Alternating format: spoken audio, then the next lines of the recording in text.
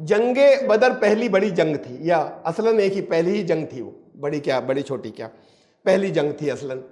सन 2 हिजरी में हुई। ये हुई क्यों जंग? यानी जंगों पर बड़े इल्ज़ाम लगाए जाते हैं कि इस्लाम तो मारकाट का दीन है, इसलिए इसको समझना ज़रूरी है, चूँकि इसके अंदर जंग बदर और उससे मुताल्लिक़ चीज़ें आएंगी, बहुत शुरू से आएंगी अभी। तो जंग बदर का पस मंज़र समझ लीजिए, और इसको भी समझने में बड़ी गलतियाँ हुई हैं हमारे मुफस्सिरीन से, बड़े अच्छे अच्छे मुफस्सिरीन से। जो लोग हिजरत करके यहाँ आ गए, मदीने आ जाने के बाद ये हुआ कि उन लोगों ने यहाँ पर पीछा नहीं छोड़ा। अब सबसे पहले हमें मिलता है, जो 2-3 चीज़ें मिलती हैं अब्दुल्ला बिन उबई को, जो मुनाफिकों का सरदार था और जिसको रसूलुल्लाह सल्लल्लाहु अलैहि वसल्लम हमेशा सारे मुनाफिकों को छूट देते रहते थे, वो ओपन था, उसको भी छूट दिए रहते थे। कभी भी आखिर वक्त तक, जो उसके मरने के बाद नमाज जनाजा पढ़ी, उस दौरान कभी ऐसा नहीं हुआ कि उसको कहीं निकाला हो। हाँ, ये अलग बात है कि वे उसकी बात नहीं मानी।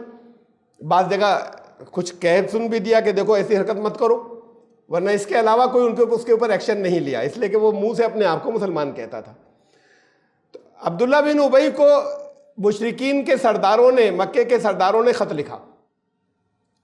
अब ये जानते थे कि सरदारी असल में जिस मौके पर रसूलुल्लाह सल्लल्लाहु अलैहि वसल्लम वहाँ पहुँचे हैं, औस और खजरज 2 कबीले थे।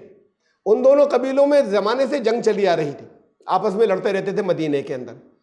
फिर वो आपस जंगें ख़त्म होने के बाद जो सुलह हुई, उसमें दोनों ने मिलकर ये तय कर लिया था कि अच्छा इसे अपना सरदार बना लेते हैं, अब्दुल्ला बिन उबई को। सरदारी उसे मिलने जा रही थी कि रसूलुल्लाह सल्लल्लाहु अलैहि वसल्लम की एंट्री हो गई और लोग ईमान के अंदर आ गए। तो वो आखिर तक इस अपने नुकसान को, या जो उसके ख्याल में नुकसान था, इसे नहीं भूल सका कि ये तो किसी भी तरीके से इनको हटाया जाए, इनका पत्ता काटा जाए, और इन्होंने मेरी सरदारी ख़त्म करा दी। तो वजह उसकी जो थी, उसके मुनाफिकत की या उसकी दुश्मनी की ये थी। ये लोग जानते थे इस बात को। तो मक्के के सरदारों ने ख़त लिखा अब्दुल्ला बिन उबई को कि हमारे लोग हैं कुछ भागकर तुम्हारे यहाँ आ गए हैं, बिला वजह तुमसे हमारी मुखालफत हो रही है, तो तुम इन्हें निकालो अपने यहाँ से और या हमारे हवाले करो। तो इनको निकालो, हमारे हवाले करो, तो तुमसे तो मुखालफत हमारी नहीं रहे, वरना जब तुमने इनको पनाह दे रखी है तो फिर जाहिर है कि तुमसे मुखालफत रहेगी। वो जानते थे कि किस जगह पर नफ्स किसकी टटोली जाए और कहाँ हाथ रखा जाएगा, अब इसको कॉन्टेक्ट किया जाए। वो फ़ौरन उसने अपने साथियों को, जितने थे मुनाफिकीन, उन्होंने इकट्ठा किया और उनसे कहा कि भाई इन्हें निकालना है। ये बिल्कुल शुरू का दौर था। बहुत से तो वो थे कि इनके पास कुछ भी नहीं था, लुटे पिटे अभी तक थे, फाइनेंशियल कंडीशन भी अच्छी नहीं थी। यूँ समझ ली एक तरीके से वहीं के लोगों की इकोनॉमी के ऊपर वो बोझ बन रहे थे, जो वहाँ के लोग थे। तो ये ख्याल उसको आया कि इसको ज़रा सही तरीके से टैकल किया जाए, तो लोग इस पर, यानी इन्होंने लोगों ने 1-1.5 साल भुगत लिया है काफ़ी, तो वो राज़ी हो जाएंगे लोग कि इनको निकाला जाए। और कुछ उसके बड़े ज़बरदस्त या स्टॉन्च कमिटेड साथी थे मुनाफिकीन जो उसकी टोली में थे। उनसे बैठकर उसने मशवरा किया कि कंसल्टेशन के, ये इनको निकालने का क्या बनाया जाए और हमें इनको हैंड ओवर कर देना चाहिए और इनसे यहाँ पर जंग करनी चाहिए और सब खड़े हों और हमारा कबीला पूरा खड़ा हो, खाली ये थोड़ी कि हम कुछ लोग, और इनको निकालें यहाँ से। रसूलुल्लाह सल्लल्लाहु अलैहि वसल्लम को इल्म हुआ, उनके कान में पड़ा तो पहुँच गए उसके पास। आप खुद तशरीफ़ ले गए। वो जो जिन लोगों से बात कर रहा था, उसके जितने साथी थे वो भी मौजूद थे। उससे कहा कि देखो, तुम मुझसे जंग करोगे तो तुम मुझसे नहीं करोगे जंग, यहाँ पर तुम्हें अपने लोगों से जंग करनी पड़ेगी।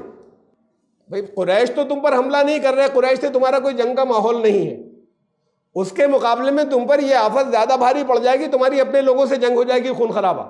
ऐसा नहीं होगा कि मेरे साथ में लोग सारे खड़े नहीं हो जाएं तुम्हारे खिलाफ। उसके साथियों की आ गई समझ में, अब वो बैकआउट कर गए, सब अकेला रह गया, वो बात ख़त्म हो गई। फिर उसके कुछ दिनों के बाद ऐसा हुआ कि उम्रा करने के लिए गए साद बिन मुआज़, ये इनके अंसार के लीडर थे, बड़े लीडर थे। चूँकि यहाँ पर थे तो अब ये एहतियात ज़रा सी इतनी रखते थे, मदीने से जा रहे हैं, पहले तो नहीं ज़रूरत थी, पूरा मक्का आता था, चाहे जो आए बैतुल्लाह के ऊपर या खाने काबा के ऊपर, दुनिया में चाहे जिस जगह से चाहे जो आए, उनके तो बिजनेस इसी से चलता था। तो इन्होंने, लेकिन जब यहाँ के कोई जाता था तो वो पहले किसी को, जिनसे उनके अच्छे ताल्लुकात रहे थे, उनसे कहता था भाई मुझे उम्रा करना, करवा देना। वो कहते थे आ जाओ।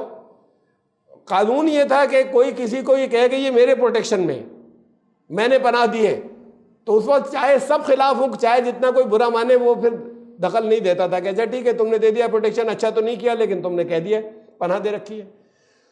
तो उनका जो सरदार था एक, उससे इन्होंने, उमैया बिन खलफ, उस उमैया बिन खलफ से साद बिन मुआज़ ने कहा कि मुझे उम्रा करना है। उन्होंने कहा आ जाओ, ये लेकर चले कि चलो उम्रा कर लो। उमैया बिन खलफ लेकर चला। अबू जहल मिल गए, पूछा ये कौन है? कहा नाम बताया, साद बिन मुआज़ है वहाँ के। अच्छा, ये इनकी ये हिम्मत पड़ गई कि यहाँ आकर यहाँ आएंगे और ये काबे का तवाफ़ करेंगे, ये हिम्मत इनकी पड़ी कैसे? तो तुमने इसको पनाह दे दी, क्यों पनाह दे दी? तो जवाब वो देता है, इन्होंने फिर जवाब दिया। इन्होंने कहा देखो, मुझे तो तुमने अगर हाथ भी लगाया या रोकने की कोशिश की तो तुम एक आदमी को रोकोगे यहाँ उम्रा करने से, मैं तो चला जाऊँगा। लेकिन तुम्हारे जो तिजारत के, तुम्हारे बिजनेस के जो कैरावान्स जाते हैं, सीरिया शाम से मेन बिजनेस होता था इनका, शाम में काफिले जाते थे। इनके पास कोई खेती तो होती नहीं थी, कोई चीज़ ज़मीन से नहीं निकलती थी, इनका सब कुछ ही बिजनेस के ऊपर था। जो लोग जाते थे, जो रह जाते थे, वो अपने माल दे देते थे कारवान्स को। जो बिजनेस तिजारती काफिले जाते थे उन्हें अपना माल दे देते थे कि ये हमारा है, कमीशन कट जाएगा और वो बिजनेस का मुनाफा जो है वो उसमें लगा लो और फिर हमें भी देना। वो आके बांट देते थे। मक्के वाले अपना बाकी अपना माल लगाते थे, फिर बड़े बड़े कारवान्स जाते थे, यहाँ का माल, यहाँ की कुछ चीज़ें लेकर जाते थे, वहाँ से लेकर आते थे। यहाँ पे से जो लेकर जाते थे वो कुछ दूसरी जगहों से आती थी, जो ये इकट्ठा करते थे और ले जाते थे। तो उसने कहा कि ये तुम एक आदमी को रोकना चाह रहे हो, तुमने अगर हाथ भी लगाया मुझे या सोचा भी मुझे रोकने के बारे में, तो फिर तुम्हारे वो सारे काफिले रुक जाएंगे। वो गुजरता था, वो रास्ता गुजरता था मदीने के पास से, और ये सरदार थे साद बिन मुआज़ ने कहा तुम्हारा बहुत लंबा नुकसान हो जाएगा और सारे काफिले रुक जाएंगे तुम्हारे। बहरहाल फिर अबू जहल एक तरफ हट गया। अब ये दो जब वाकयात आए, एक तीसरा और हुआ। कुरैश ने डायरेक्ट महाजिरीन को जो गए थे, अंसार, पहले तो अंसार से बात की थी, ये उनमें ही का था, ये मदीने के रहने वालों में से अब्दुल्ला बिन उबई। अब डायरेक्ट इनमें से कुछ लोगों को धमकी भेजी कि तुम यहाँ से भाग गए, ये मत समझना कि वहाँ हम तुम्हें रहने देंगे, तुम्हें हम जिंदा नहीं रहने देंगे। तुमने ये समझ लिया कि बचकर वहाँ भाग गए तो तुम्हें पनाह मिल गई, तो छोड़ेंगे नहीं तुम्हें हम। ये जो पैदर पे लगातार विद इन एन ईयर जब ये वाकयात हुए तो वहाँ बड़ा ज़बरदस्त अलर्ट हो गया मदीने के अंदर, और फिर पूरी पूरी रात पहरा रहता था। लोग जो है वो ड्यूटियाँ लगती थी और वो गार्ड करते थे और मदीने के चारों तरफ घूमते थे, मदीने के अंदर गार्ड। और रसूलुल्लाह सल्लल्लाहु अलैहि वसल्लम के घर के सामने और ख़ास तौर से पहरा जो है वो बढ़ा दिया गया कि कोई किसी तरह के शर फैला के कोई खामोशी से आए, घुस जाए, वो लोग कुछ करें, यहाँ पर अचानक कोई हमला करके कोई चला जाए किसी एक के ऊपर, तो सबसे ज़्यादा पहरा रसूलुल्लाह सल्लल्लाहु अलैहि वसल्लम के ऊपर लगाएगा। अब ये माहौल रेगुलर लगातार चल रहा था, यानी रात दिन महीनों से चला आ रहा था कि पहरा देना पड़ रहा है बस्ती के अंदर। अच्छे ऐसी आबादी जो सुकून से रह रही थी उसके अंदर पहरे हैं कि पता नहीं कब कोई हमला कर दे, कोई साजिश कर दे, क्या हो जाए। इस माहौल में फिर रसूलुल्लाह सल्लल्लाहु अलैहि वसल्लम ने ये प्रोग्राम बनाया, ये प्लान बनाया कि ये खाली डिफेंस जो है वो काफ़ी नहीं है, बल्कि हम निकल के कुछ प्रेशर इनके ऊपर नफ्सियाती साइकोलॉजिकल डालें। वो प्रेशर हमें डालना ज़रूरी है ताकि जैसे कि साद बिन मुआज़ ने कहा था कि तुम्हारे काफिले सेफ नहीं रहेंगे। तो मेन बात यह कि रसूलुल्लाह सल्लल्लाहु अलैहि वसल्लम ने प्रोग्राम ये बनाया कि इनके जितने बिजनेस एक्सपीडिशन, तिजारती काफिले जाते हैं, उन पर प्रेशर डाला जाए।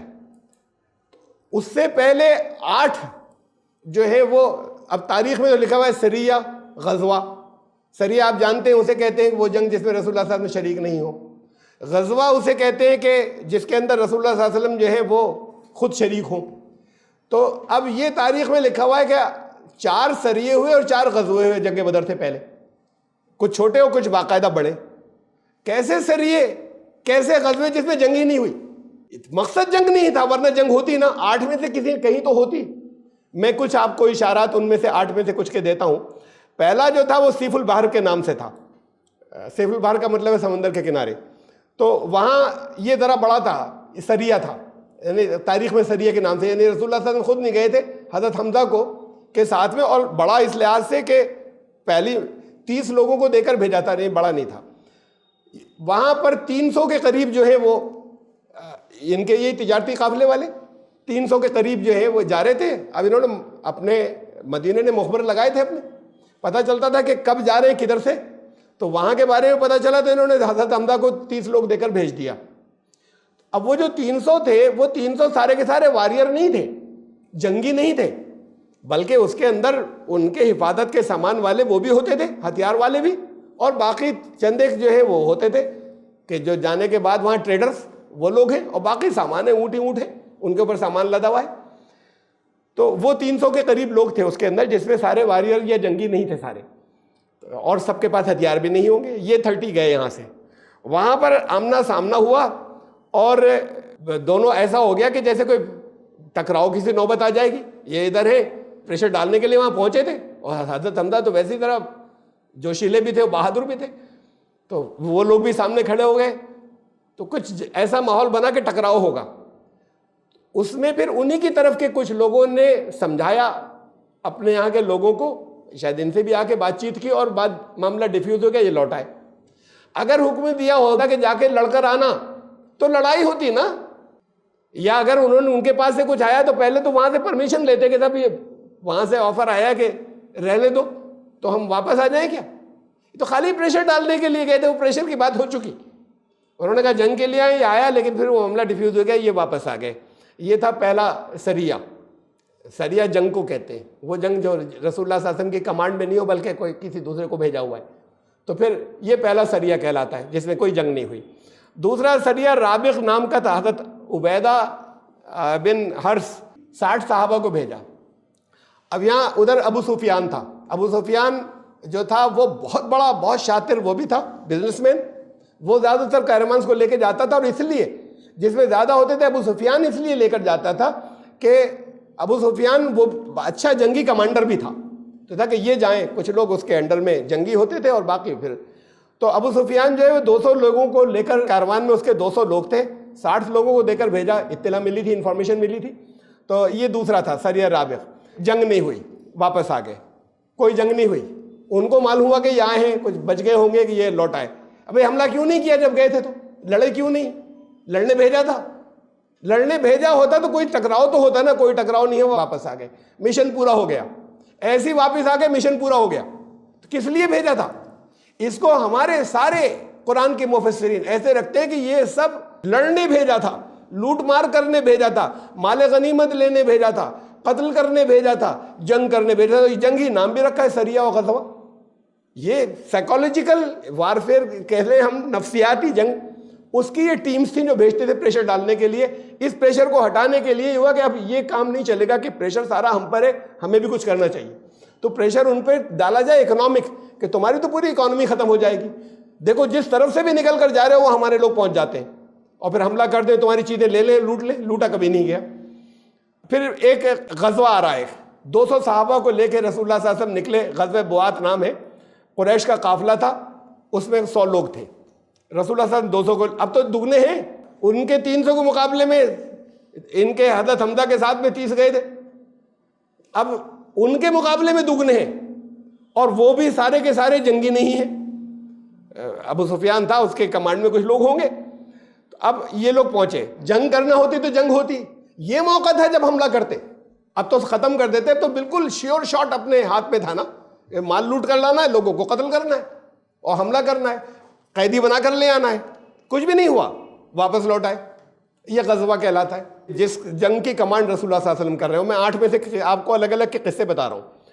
अच्छा, फिर गजवा सफवान, कुरैश की एक टुकड़ी जो है मदीने की एक चरागाह पे उन्होंने हमला किया। अब यहाँ पे उन्होंने हमला, वो चरागाह वो थी जहाँ उनके मवेशी चढ़ते थे, इनसे लड़ने नहीं आए, और वहाँ पर हमला करके ये जानवर उन्होंने ले गए।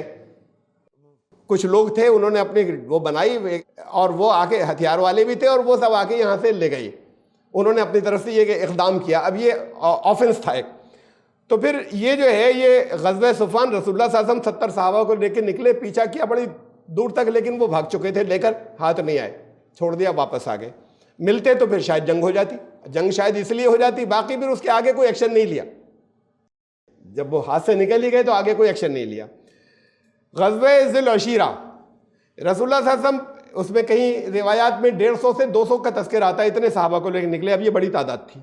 खुद रसूलुल्लाह सल्लल्लाहु अलैहि वसल्लम जो है वो लेकर निकले थे अपनी कमांड के अंदर, इसलिए कि दूसरी तरफ अबू सुफियान का लश्कर था। तो अबू सुफियान का जो लश्कर था, काफिला था, बड़ा काफिला था, बहुत बड़ा, सारे मक्के वालों का माल लगा हुआ था उसमें, कोई नहीं बचा था जिसका माल नहीं लगा हुआ। और उसमें शायद 1000 के करीब ऊँट थे, अब बड़ा, तो उसमें कोई घर ऐसा नहीं था जिसका माल नहीं लगा हुआ। उसको लेकर अबू सुफियान जा रहा था। तो यहाँ इन्फॉर्मर्स ने इत्तला दी, रसूलुल्लाह सल्लल्लाहु अलैहि वसल्लम को लेकर निकले। तो अब लेकर निकले कोई, जैसे ये तो हमें मालूम है कि जब इनके पास दुगने लोग थे तब भी हमला नहीं किया, कोई जंग नहीं, वापस आ गए थे, खाली प्रेशर डाला था, एक नफ्सियाती प्रेशर है कि भागे, बचे इधर, अरे ये हमला कर देंगे, ये लूट लेंगे, तो बच के भागते थे। उन तक ये इत्तिलाएं पहुंचती रही कि हम तो बिल्कुल अनसेफ हो गए। बात खाली इसी की थोड़ी कि मक्के पे हमला, हमारा तो माल सब कुछ गया, सारा बिजनेस गया, सब पैसे गए, ये तो बहुत खतरे में। ये साइकोलॉजिकल प्रेशर था सिर्फ जो ये डाला गया था। इसमें ये हुआ कि वो बचकर निकल गया। अबू सुफियान बहुत समझदार, बहुत यानी हर लिहाज से जंगी वो था, वो किसी तरीके से बचाकर लेकर चले गए। शाम जाना था, चले गए। यही काफिला 3 महीने बाद लौटा था जंग बदर जब पेश आई थी। तो उसकी बात को अब एक आखिरी 8 जो हुए उनमें से, उसमें से कहलाता है वो सरिये नखला। ये मक्के और ताइफ के बीच में जगह है, नखला एक नखलिस्तान है, तो वो नखला उसका नाम है। उस पर 12 लोगों को देके भेजा अब्दुल्ला बिन जहश के साथ में। 12 लोगों की एक टुकड़ी भेजी। 12 लोगों की टुकड़ी जंग के लिए जाती कहीं, 12 लोगों की टुकड़ी भेजी गई। इंफॉर्मेशन मिली कि वहाँ इधर इनका एक तिजारती काफिला बहुत बड़ा नहीं होगा, वो जा रहा है। नखला में उस पहुँचे, वहाँ पहुँचकर इन्होंने देखा है, अब आपस में मशवरा हुआ और इन्होंने हमला कर दिया। ये इन 8 में से ये पहला मौका है। जब रसूलुल्लाह साहब उनसे दुगनी तादाद लेके गए थे तब तो हमला किया नहीं। और इंस्ट्रक्शन ये थी कि इनकी नकलो हरकत यानी इनके मूवमेंट की खबर देते रहना, इनकी ये इंस्ट्रक्शंस थी। इन्होंने आपस में मशवरा किया और हमला कर दिया। उनमें से जब अचानक हमला किया तो उसमें से उनका एक आदमी मारा गया, 2 को इन्होंने कैद कर लिया, बाकी भाग गए। ये सामान वामान लिया है जो उनके पास था। अब ये जो आया तो रसूलुल्लाह साहब बहुत नाराज हुए। तुमसे कब कहा था हमला करने को, कब कहा था कि तुमने हमला किया क्यों? तुम्हें ये इंस्ट्रक्शन दी नहीं थी? यानी इस बात पे खफा हुए, नाराज हुए। भाई ये तो जीत कर आना एक तरीके से, कि वो भाग गए, माल ले आए, एक मारा गया, 2 कैदी भी लाए। अब इस पर डांट लगी जबरदस्त। फिर उसका कंपनसेशन दिया जो मारा गया था। उस जमाने में जो दियत कहलाती थी कि कोई अगर मारा गया है मुआहदे के खिलाफ या गलती से तो उसका कंपनसेशन देंगे। उसका कंपनसेशन भिजवाया और कैदियों को छोड़ दिया। तो ये एक में जहां इनको डांटा, जिनसे ये गलतफहमी हो गई थी कि हमला करना है, उन्होंने सचमुच हमला कर दिया, एक तरीके से जीत कर आए तो डांट पड़ी, और जो माल था वो वापस कर दिया, जो कैदी थे वो वापस कर दिया, और उसका कंपनसेशन दिया जो एक मारा गया था उनका। ये है वो जिसको हमारे सारे मुफस्सिरीन तकरीबन ऐसे रखते हैं कि बस ये गज़वा और सरिया नाम के बड़े फौजी स्ट्रेटेजिस्ट थे रसूलुल्लाह सल्लल्लाहु अलैहि वसल्लम, और इस हमले के लिए निकले, बस वो तो बचते रहे और इसके लिए निकले और उसके लिए निकले, और ऐसा ये सारी चीज़ें ऐसे जब रखी जाती है, इसका मतलब जंगी तैयारी सारी इंसाइट यानी उकसा तो खुद रहे थे। जब ये ऐसा रखा जाए तो खुद उकसा रहे थे जंग के लिए। तो वो लोग तो सीधे सीधे से अपनी बिजनेस करने जा रहे थे, तिजारत करने जा रहे थे, तो ये लोग उकसा रहे थे। हमारे मुफस्सिरीन ने सबने इसे ऐसे ही पेश किया है कि जैसे उकसा ये रहे। बहरहाल बिल्कुल एक गलत तस्वीर रखी जा रही, मैंने तफसीलात आपको बताई। अब उसके बाद वो काफिला जो अभी मैंने बताया नंबर 7 पे जो था, जो अबू सुफियान लेकर गए थे, वो 3 महीने बाद वापस लौटा। बहुत बड़ा था वो। जब ये इस दरमियान में ये चीज़ें आई कि इनको इसी बीच के अंदर कि इनको धमकियां आई कि हम तुम्हें छोड़ेंगे नहीं, मुहाजिरीन को वहाँ से, और फिर यहाँ पर जाहिर है कि ये माहौल चल रहा था। तो अब रसूलुल्लाह सल्लल्लाहु अलैहि वसल्लम ने फैसला ये किया कि इनको अब चोट देनी चाहिए। ये खाली नफ्सियाती वारफेयर से काम नहीं चलेगा, इनको चोट देनी चाहिए, और कम से कम ये तो हो कि इनको माली नुकसान अभी तक नहीं हुआ है। जाते हैं, उनके ऊपर प्रेशर पड़ता है, वो बच के निकल जाते हैं, लेकिन अपनी शरारतों से बाज नहीं आ रहे हैं। यहूदियों के पास भी कहला के भेज रहे हैं कि इनके खिलाफ कुछ बनाओ। तो फिर ये तय किया कि अब ये करना पड़ेगा कि इनका मतलब फाइनेंशियल लॉस तो जब होगा जब वाकई हमला करके इनका माल जो है वो छीन लिया जाए। मकसद लोगों को मारना नहीं था, इनका माल छीन लिया जाए। ये माल की या गनीमत या लूट की हवस से नहीं था, बल्कि इन हालात के अंदर ये ज़रूरी हो गया था कि अब इनको सचमुच एक फाइनेंशियल लॉस हो, एक झटका लगे। तो इंफॉर्मेशन थी कब आ रहा है वापस, तो रसूलुल्लाह सल्लल्लाहु अलैहि वसल्लम ये 313 सहाबा को लेकर निकले। 313 की हालत ये थी कि 2 घोड़े थे, 70 ऊँट थे। 70 ऊँट हैं, जब 313 हैं तो बारी बारी बैठते थे लोग उनके ऊपर, पर बाकी पैदल चलते थे, बारी बारी उन पे बैठते थे। घोड़े कुल 2 थे, हथियार भी नाकाफी थे। काफिले के अंदर कितने लोग वॉरियर्स होते हैं, बाकायदा जंग के लिए नहीं निकले थे ताकि कोई गलती ना कर बैठे, तो कमांड में खुद थे, आप खुद लेकर निकले थे। और अबू सुफियान खुद बहुत इंटेलिजेंट या बड़ा शातिर या स्ट्रेटेजिस्ट था, बहुत बड़ा। अब वो अलग इंफॉर्मेशन एक बार तो हो चुका था, बचा कर ले गया था, तो वो अब उसे वापस लाना था। अब ज़्यादा माल था, जब वापस आ रहा था तो उसने अपने इन्फॉर्मेंट रखे थे पता लगाने के लिए, उसको इन्फॉर्मेशन मिल गई कि ये निकल रहे हैं, अबू सुफियान को भी इन्फॉर्मेशन मिल गई इनकी। तो उसने पहले काम तो ये किया कि बड़ी तेजी से एक अपना रिप्रेजेंटेटिव कासिद दौड़ाया मक्के की तरफ, मक्के वालों तुम्हारा सब माल लूटने जा रहा है, कुछ भी नहीं बचेगा, बैकअप भेजो, कुमक भेजो, वरना सारा माल लूट जाएगा। वहां पहुंचते ही एक हंगामा मच गया, हर एक का माल सारे मक्के का लगा हुआ था, उसके अंदर सारे लोगों का लगा हुआ था। तो वहां फौरन ये हो गया कि चलो और हथियार लेकर चलो। तो फिर जब ये चले यहां से, वो चूंकि इतना बड़ा स्ट्रैटेजिस्ट था, वो काफिले को अलग रास्तों से रास्ते भी जानता था, वो किसी तरीके से घुमाकर बचाकर किसी और रूट से निकाल ले गया अबू सुफियान। रसूलुल्लाह सल्लल्लाहु अलैहि वसल्लम ने लोगों से कहा कि ये अल्लाह तुम्हें माल दिलवाएगा, इसके अंदर बहुत तुम्हारी फाइनेंशियल पोजीशन भी अच्छी होगी, ये रसूलुल्लाह सल्लल्लाहु अलैहि वसल्लम ने उन लोगों से कहा। वो बचकर निकल गए, अबू सुफियान जो है उसको ले गया बचाकर। तो अब ये लोग जो निकले थे, निकलने के बाद काफी आगे जाने के बाद मालूम हुआ, इस बीच में ये हुआ कि वो कासिद तो बहुत तेज गया था, वो वहां पर 1-1.5 दिन में पहुंच गया था। वहां से फिर जंग की तैयारी हुई, इन्होंने फिर दौड़ाया अबू सुफियान ने आदमी, उनको बताओ कि नहीं कोई ज़रूरत नहीं है, मैंने सब बचा लिया, अब कोई ज़रूरत नहीं है कि तुम लोग सपोर्ट के लिए, हेल्प के लिए आओ। तो वहाँ के बड़े बड़े लीडर की सबकी राय ये थी कि अब रहने दो, बात ख़त्म हो गई। लेकिन अबू जहल लड़ गया, और फिर बहुत सी तफसीलात हैं कि कैसे कैसे अड़ाओ, किस किस को क्या ताने मारे और कैसे और हर एक को जाके किस तरीके से उकसाया, और फिर ये हुआ कि नहीं ठीक है अब निकल के इनसे लड़ ही लिया जाए, काफिला तो आ गया, अब बाकायदा जंग हो जाए। तो फिर वो 1000 वहाँ से निकले, उस ज़माने में वो 1000 बड़ी फौज थी, तो वो 1000 निकले और वो फुल तैयारी के साथ में आए अपने हथियारबंद जंग के लिए। ये जंग के लिए नहीं निकले थे बाकायदा किसी फौजी जंग के लिए, वरना इतने कम लोग नहीं थे मदीने में लड़ने वाले कि 313 हो, इतने कम इनके पास घोड़े या ऊँट नहीं थे, इतने कम हथियार नहीं थे जिसके साथ ये निकल गए थे, ये तो खाली उस तिजारती काफिले के लिए निकले थे। तो अब उसके बाद फिर जंग बदर पेश आई कि फिर रसूलुल्लाह सल्लल्लाहु अलैहि वसल्लम ने बताया कि ये अल्लाह तुम्हें इसके अंदर गलबा देगा। अब ये 2 बातें हो गई, अल्लाह तुम्हें इसमें गलबा, उससे पहले कहा था कि अल्लाह तुम्हें इन पर फतेह देगा, इस काफिले के ऊपर। तो इसे कुरान ने कहा कि हमने, अल्लाह ने कहा हमने वादा किया था कि तुम्हें इन दोनों में से एक मिलेगा, कि तुम्हें इन दोनों में से एक मिलेगा। फिर जो हमने मुनासिब समझा वो तुम्हें दिलवाया, जो हमने ज़्यादा मुनासिब, क्योंकि वादा तो रसूलुल्लाह सल्लल्लाहु अलैहि वसल्लम ने किया था, लेकिन उसे अल्लाह ने ऐसा हुआ कि जैसे हमारे बिहाफ पे किया था, तो हमारी तरफ से ये दोनों चीज़ें थी, दोनों में से अब हमने जिसे ज़्यादा मुनासिब समझा उससे तुम्हारा टकराव कराया और वो तुम्हें दिलवाया। हाँ, एक बात और आखिरी बहुत अहम, ये जितने एक्सपीडिशन थे 8 जंग बदर से पहले, ये सब साइकोलॉजिकल थे, नफसियाती वारफेयर वाले थे। इनमें से एक भी जंग बदर में निकले थे लड़ने, इनसे जंग के लिए कहा कि अब इनको वाकई नुकसान पहुंचाया जाए और इनका माल छीना जाए, तब इनके ऊपर असर पड़ेगा। ये बड़ा काफिला है, मक्के वालों का सबका माल लगा हुआ है, तब इनको होश आएगा।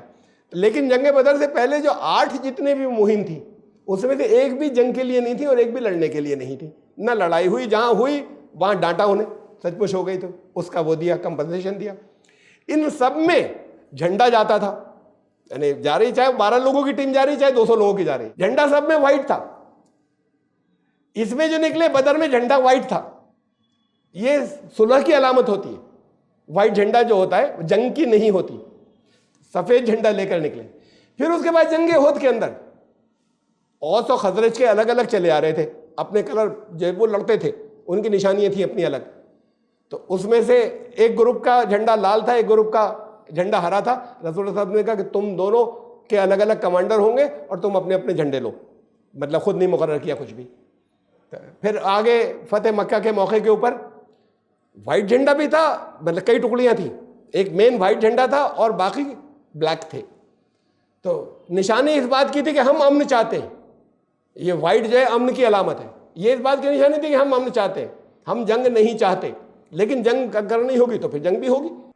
ये है इस बात की अलामत कि ये लड़ने नहीं जा रहे। वाइट झंडा इनका शुरू से शिआर था कि पहला सफ़ेद झंडा इन्होंने इख्तियार किया। अब ये कि वो हज़रत आयशा की ओढ़नी जो है वो फाड़ के झंडा बना लिया था, इसलिए वाइट था, वो ओढ़नी वाइट थी। अरे उससे पहले जो 8 थे, हर दफ़ा हज़रत आयशा की को ओढ़नी मंगा के फाड़ते थे क्या? उससे पहले जो 8 थे उन सबका वाइट फ्लैग था। तो ये सुलह का मैसेज जाए कि हम जंग तो हम नहीं करेंगे, जंग होगी, अगर लड़ोगे तो फिर तुम्हारा नुकसान होगा। और वो मैसेज उनको ठीक से पहुंच गया। और फिर आखिर में ये हुआ कि उस काफिले की वजह से अबू जहल के सारे सरदार बैकआउट कर रहे थे कि जंग ना हो, छोड़ो, जाने दो, काफिला बच गया। अबू जहल अड़ गया, उसके अड़ने की वजह से फिर ये जंग पेश आई। वहाँ से लोग आए, उसकी तफसीलात में मैं नहीं जाऊँगा फ्रंट की, लेकिन इसका पस मंज़र आपको बताना था कि जंग कैसे हुई है उहद की, जो आमतौर से उसको बहुत ज़्यादा मिस रिप्रेजेंट किया जाता है। जब तक ये चीज़ें भी सामने नहीं आए जो पहले से चली आ रही हैं कि ये सारा असल शर उनकी तरफ से था, और उस शर को डिफ्यूज़ करने के लिए आखिरी फिर बात थी कि ठीक है अब इनको उससे महरूम किया जाए, इनका कुछ माल ही छीना जाए। डाल चुके बहुत कुछ, प्रेशर बहुत पड़ चुका, लेकिन अब इसी का नंबर आ गया कि इनका माल छीना ही जाए, तब इनको होश आएगा। तो जिसके नतीजे में बात को फिर जंग बदर पेश आई। अबू सुफियान ने कहा कि नहीं अब मत भेजना किसी को, वहाँ हर एक ने कहा, हर बड़े सरदार ने कहा कि नहीं अब कोई ज़रूरत नहीं है। तो फिर लेकिन अबू जहल की वजह से फिर ये जंग हुई, जिसमें वो अबू जहल मारा भी गया।